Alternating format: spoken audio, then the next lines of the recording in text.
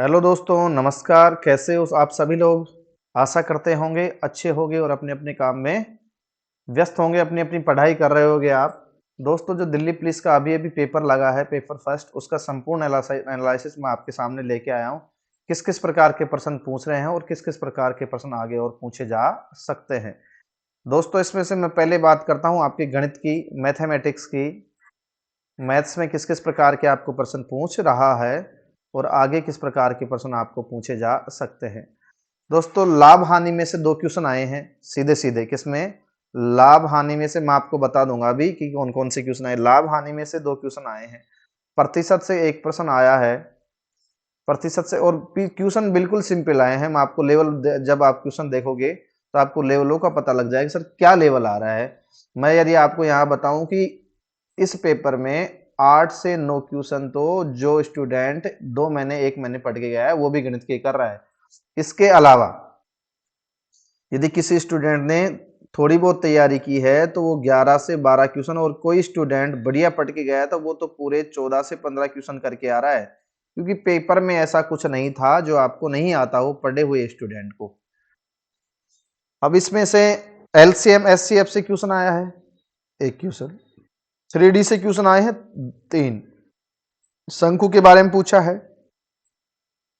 शंकु से 2 क्वेश्चन आए हैं, एक क्वेश्चन गोले से आया है। ठीक है। इसके अलावा 2D से क्षेत्रमिति से भी प्रश्न आया है आपके पास में, त्रिभुज के बारे में पूछा है। इसके अलावा आपके पास में औसत से भी एक प्रश्न आया है। इसके अलावा काम और मजदूरी, इससे भी आपको प्रश्न पूछे हैं। अब देखो, आपको बिल्कुल सिंपल सिंपल प्रश्न इनमें से पूछ रहा है। ऐसी कोई बात नहीं है कि आपके ये प्रश्न, एक भी इसमें से प्रश्न आपको नहीं आता हो। अब इतने सिंपल जब प्रश्न पूछे, मैं आपको एक दो प्रश्न बताता हूं किस किस प्रकार से प्रश्न पूछ रहा है। देखते हैं। पहला क्वेश्चन देखते हैं दोस्तों, कि ये कह रहा है कि 200 का 30% कितना होगा। अब बताओ, ऐसा क्वेश्चन कौन नहीं कर सकता? 200 का 30% तो कोई सीधा ही निकाल सकता है। ठीक है। बोलो जी, कितना हो गया? 60 हो गया। एक प्रश्न ऐसे पूछा है लाभ हानि का कि सर विक्रय मूल्य दे दिया है आपको, विक्रय मूल्य 4650 दे दिया, लॉस दे दिया आपको 350 का, और लॉस प्रतिशत उसमें आपको पूछ रहा है। तो बोलो सर इसका क्या होगा? सर इसमें यदि आप पहले तो सीपी ज्ञात करोगे, और सीपी किसको? 4650 को और 350 को जोड़ दोगे तो आपके पास में कितना आ जाएगा? 5000 आ जाएगा। अब लॉस निकालना है तो 350 का लॉस हो रहा है, किस पे हो रहा है? 5000 पे गुणा किससे? 100 से कर दोगे। प्रतिशत निकालना है तो बराबर कितना आ जाएगा मेरे पास में? 7%। एक क्वेश्चन और पूछा गया है इससे ही, लाभ हानि से। उसमें बट्टे को ऐड कर दिया कि सर 30% तो अधिक लिखा जाता है। कितना लिख दिया? 30% तो क्या लिख दिया? अधिक लिख दिया। और आगे कह रहा है कि 30% अधिक लिख के और उसको 20% छूट दे दी जाती है। कितनी छूट दे दी? 20% की क्या दे दी? छूट। तो इसमें लाभ या हानि प्रतिशत पूछ रहा है आपको, लाभ या हानि प्रतिशत ज्ञात करो। अब देखो दोस्तों, जब मैं कहता हूं कि 30% अधिक तो कितना लिख दिया? 130। छूट दे रहा है 20% की, तो 20% की ये लो छूट दे दिया। बोलो जी कितना हो गया? 13 दूनी 26। 26 की छूट दे दी। 130 उसने लिखा था, 26 की छूट दे दी तो कितने बचा? 104 में बेच रहा है। लेके किस में आया था? 100 में लेके आया था। बेच किस में दिया? 104 में। तो 4% के क्या हुआ?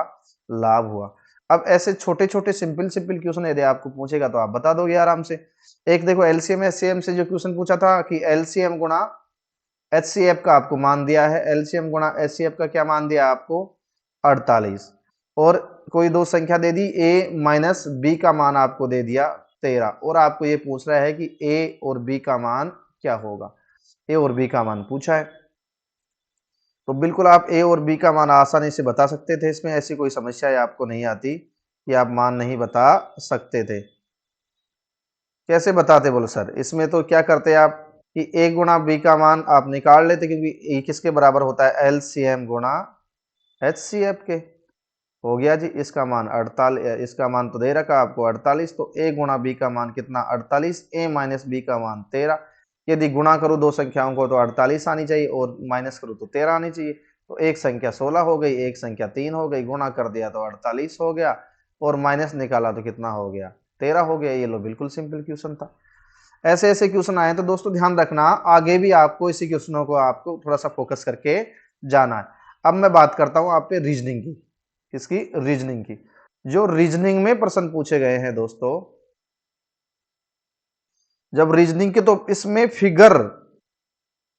फिगर वाले जो ग्राफ, फिगर वाले क्वेश्चन थे वो सबसे ज्यादा पूछे गए हैं। फिगर वाले क्वेश्चन इतने आए हैं आपके पास में, लगभग लगभग 10 से 12 क्वेश्चन। बहुत बड़ा एक क्वेश्चन का भाग केवल फिगर वाला, उसमें पेपर कटिंग भी हो गया, और आपको पूछ देगा कि इसके समान ये है तो आगे क्या होगा, उसमें से कोई मिसिंग भी पूछ रहा है। अच्छा, इसमें आपको ये है, फिगर काउंटिंग के भी आए हैं, फिगर काउंटिंग के क्वेश्चन भी आपको इसमें पूछा है कि बताओ इसमें त्रिभुजों की संख्या कितनी होगी, इसमें ऐसे क्वेश्चन भी आपको पूछा गया है। अच्छा, सीरीज से एक प्रश्न आया है, किससे, सीरीज से भी आया है एक प्रश्न। अब इसमें ज्यादा कुछ नहीं पूछा गया, पासा से मैं आपको बता दूं कि पासे से भी एक प्रश्न आया है, एनालॉजी से एक दो क्वेश्चन आए हैं, जो स्लोजम साहब बोलते हैं कि ये इसमें है, शेर को कुत्ता कहते हैं, कुत्ते को बिल्ली कहते हैं, कुछ प्रश्न इस प्रकार से भी आपको पूछे गए हैं। तो स्लोजम भी आप देख के जाना एक बार दोबारा। Coding decoding, coding decoding, coding decoding से 2 क्वेश्चन पूछे हैं, और बिल्कुल सिंपल क्वेश्चन थे, ऐसी कोई बात नहीं थी जिसपे दिमाग पे दबाव डाला जाए। अब बात करते हैं कंप्यूटर की।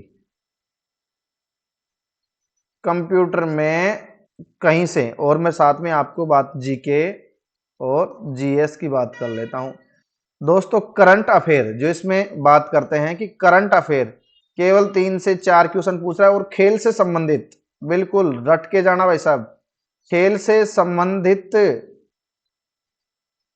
पूछ रहा है आपको। तो अभी खेल से संबंधित पूछा है, कल और कोई सी घटना के बारे में, लेकिन खेल से संबंधित आप जरूर याद करके जाना। खेलो इंडिया से पूछा है आपको, ओलंपिक से भी पूछा है आपको। अब कंप्यूटर की बात करते हैं, तो कंप्यूटर में ज्यादा डीप नहीं गया है, नॉर्मल क्वेश्चन आए हैं, लेकिन पढ़ के जाना पड़ेगा आपको, ठीक है, पढ़ के जाना पड़ेगा, थोड़ा सा कंप्यूटर में देख लेना। अब जीके और जीएस में कंप्यूटर, तो सर किस मेजर पार्ट किसका था, हिस्ट्री का। और हिस्ट्री में कौन से क्वेश्चन आए थे, जैसा मैं हमेशा आपको क्लास में कहता हूं कि हिस्ट्री हो, चाहे पॉलिटी हो, चाहे ज्योग्राफी हो, जब जब एसएससी एग्जाम लेती है तो प्रीवियस ईयर के क्वेश्चनों का आपको जरूर ध्यान में रखना है। ये देख लेना दोस्तों, अभी भी आपके पास में जिसका एग्जाम है, प्रीवियस ईयर क्वेश्चन से अधिकतम क्वेश्चन वो थे जो प्रीवियस ईयर में आ चुके। तो आपको इस चीज का तो ध्यान रखना है कि जो पिछले आए हुए क्वेश्चन है उनको बार बार आप देखो।